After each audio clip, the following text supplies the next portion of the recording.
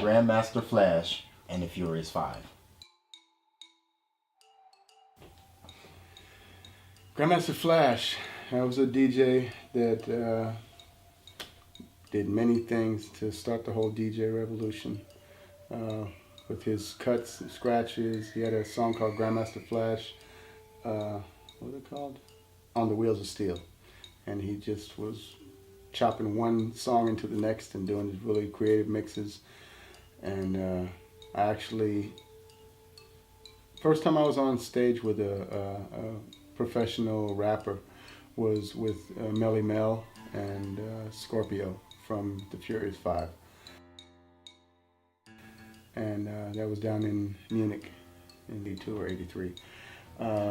And the DJ there, Mike the MC, it was the club was called the East Side, and Mike the MC was like, yeah, get on the wheels, because he knew I could scratch a little bit, you know. So he said, yeah, get on the wheels. So I got on the wheels and I was scratching the whole time, just showing off, you know, which was over the top, but it made them feel at home, you know, because they were like from New York, where everybody knew how to do cuts and everything, and here you come to Germany and you got somebody that's actually scratching way back then, you know. So he even called me. He was like, yeah, and so big shout to Germany and so on, so blah, yo, and the scratcher and this, and so he called me the scratcher. So yeah, that was my experience with Grandmaster Flash and the Furious Five. Never met Grandmaster Flash, but I always admired the work that he was doing.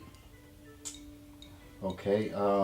Next up would be Parliament, Bootsy. Let's throw them on Funkadelics. We're going to put all of them in the same group there. Yeah. It was the same group. It was crazy. They would have a concert that was 4.5 hours long. They never stopped because all they would do is jam. They would jam out on stage. And only the hardcore fans would stay there for the whole 4 hours. After like 2 hours, everybody was like, okay, that's enough. You know, but they would sit there and party. They would party, and then when I met George afterwards, and I heard the group talking, and they're like, yo, did you hear that riff that Pee Wee did, and this and that, and then I'm like, oh, check them out. They're making up stuff on stage, or they're trying out different things because they're jamming out. That's why some of their songs were 15, 20 minutes, because there would be different solos that they would do, you know. And that was one of my all-time favorite groups. Because I would sit in my room with my headphones on, music cranked up, and listen to my Parliament albums.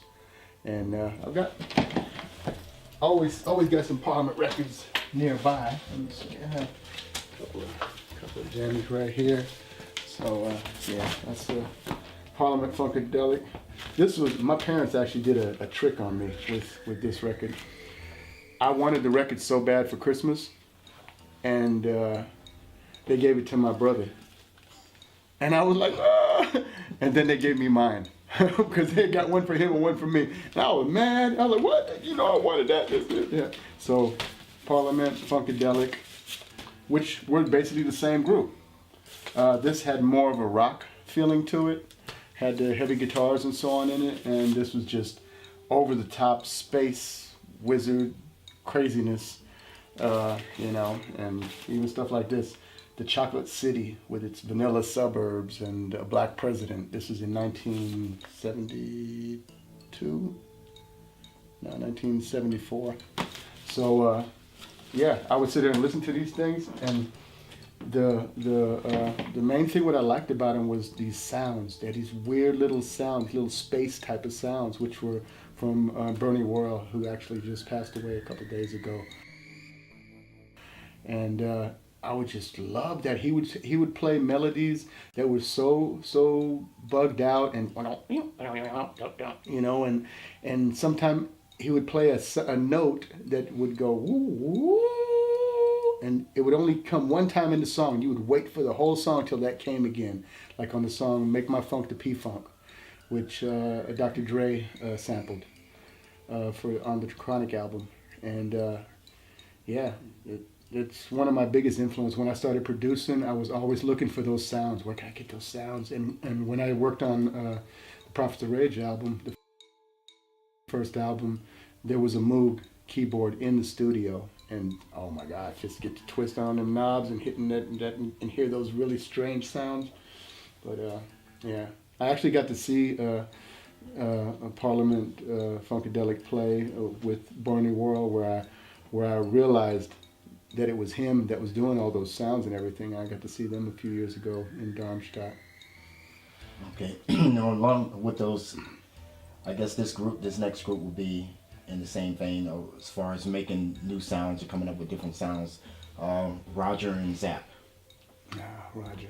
Yeah, that was it was a group that I saw when I was 15 years old. I was living in Arizona, in Phoenix, Luke Air Force Base, and we had a community center there. And every Wednesday was what they called disco night, which was like our urban night.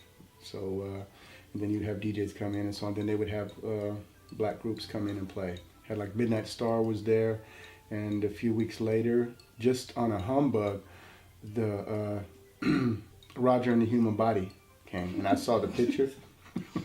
It's a funny name, you know. So I said I was like, okay, let me go check this out, because they came on a Tuesday. Mm-hmm. Disco night was Wednesday, so I showed up in there, me and maybe 6 other people. So there was 7 people watching this whole concert, and they gave it their all. They did an hour and a half, and they jammed out and everything. And he was like, yeah, and this is my little brother Zapp, and he's on the bass.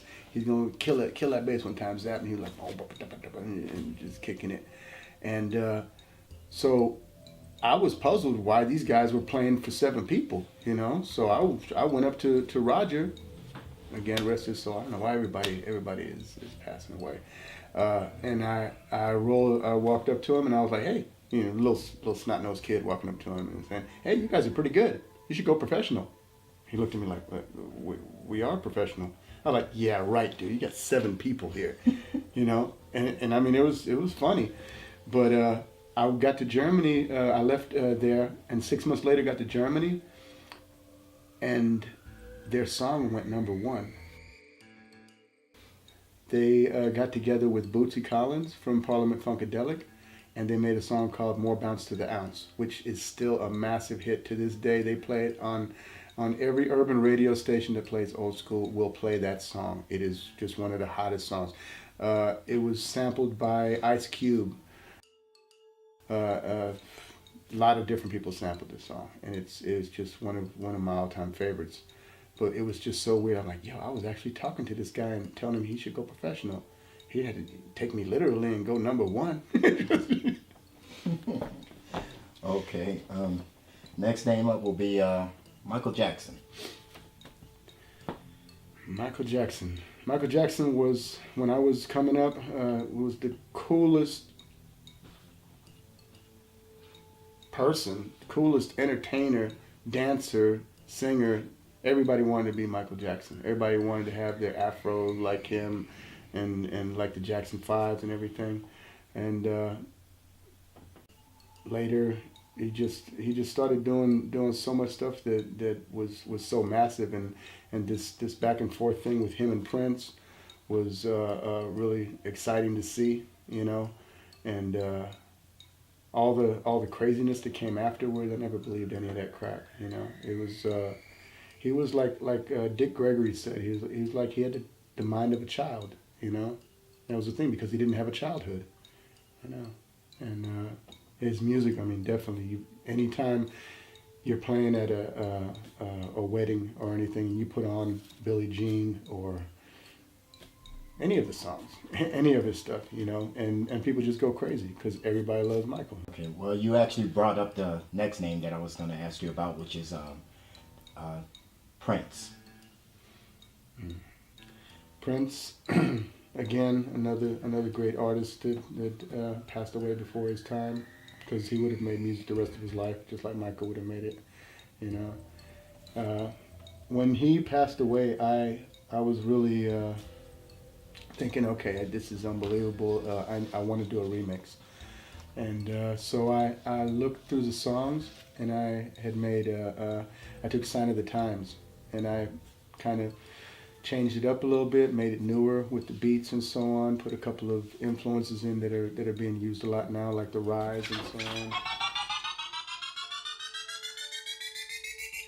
And yeah, offered it to Franchise Record Pool in New York, which is Funkmaster Flash's record pool, and it went #1 on the DJ charts, and I was really, really happy about that, you know, just because it was not a new song and that it went #1 over a lot of other really good stuff that was out there, like Drake songs and Beyonce and whatever, you know, that was happening at the time. But I actually saw him perform in Frankfurt in the early 90s.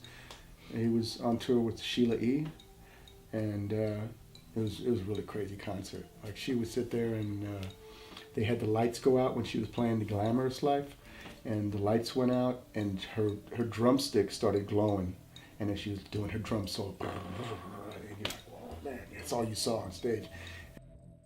And then Prince was just going around, jumping off the speakers and into the splits, and you're like, man, what the heck? We did some crazy stuff going on, you know, a 2.5 hour concert. And then the club that I DJ'd at in the Funkadelic, he came over there for the after party. And I didn't go up to him or anything, because at that time I knew how to handle myself backstage and how not to, because the thing is, if you're not an artist that belongs to that clique or to whatever, you had to know how to handle yourself backstage. You don't go up saying, can I take a picture? Can I get an autograph? You acted like you belonged, which means you were just there like you weren't there. Somebody talked to you, you talked this and that, you know, and so when I saw him in the club, I saw him off in the distance, and this one girl, she came up to me and she was like, yeah, Prince, she expected him to be, you know, just giving her that look like he does in the movies, like in Purple Rain, you know, and she was like, yeah, he was all shy and stuff, and yeah, that's how he was. He was a shy dude, you know. Okay, I'm gonna throw one more at you, and that would be Public Enemy. Yeah, Terminator X. Terminator X was their DJ, and he had this one sample that he used, and when I was doing the DJ championships, everybody used that thing. You know, Terminator X, wah, wah, wah, wah, wah, wah, wah. It was this transforming thing where you took the toggle switch on the mixer and you made it cut out off and on, and you do it very fast. So you're like, and they really did a lot of stuff, because they were really political, and they would say things like Elvis was a hero to most. Elvis was a hero to most. He was a racist, and it's like, whoa, what the heck? We heard some stuff like that. So they were always really controversial, and to lighten the mood, they had Flavor Flav acting crazy in the back, hey, clocking and all this stuff, you know. And we were, the group I was together with at the time, Black Angels, we were about 13 rappers, singers, and producers, and we were in the underground. So we didn't have money to go into concerts and spend all this money to go into concerts, so we would barnstorm. We would go up to the concert, this and that, and try to see somebody, and just so happened that Flav was walking from the bus and going inside. And so one of the girls that was in our crew, she went, oh, Flav, can I speak to you for a second? And I said, oh, yes, love. And he was really friendly. And so he said, yeah, love, what can I help you with? Yeah, well, you know, I'm here with my crew, so-and-so Black Angels. We'd like to come and check out the concert, and so-and-so. And he said, just wait right here. He went inside, came back with 15 tickets. He says, use what you need and sell what you don't. I'm like, whoa. That's cool. So we used 13 tickets to get in, and then we sold 2, each one for $30. And then after the concert, we went backstage and everything, and we were like, hey, yeah, you know, you want to come to the Funkadelic? I DJ in the Funkadelic, and, you know, I can get half price on drinks and blah, blah, blah. And, you know, just everybody was glad to see all over there. And so they wanted to go somewhere. So we even had like Farrakhan's son was there and stuff. It was like really, really crazy. So we went inside the Funkadelic, and yeah, at the end of it, it wound up being like 120 is what it cost for the drinks. We got half price on the drinks. Karam, the man who owned the Funkadelic and basically opened up Frankfurt to black music and black musicians, and anything that was urban oriented. And yeah, it was it was the hottest spot to go to, you know, for years.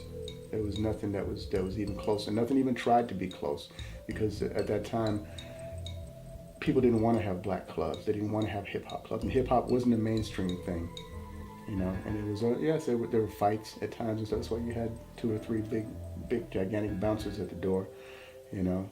But yeah, it was just a part of it. But we went in there, had a good time. Everybody was chilling, you know, partying together, and yeah, Public Enemy. That was really nice.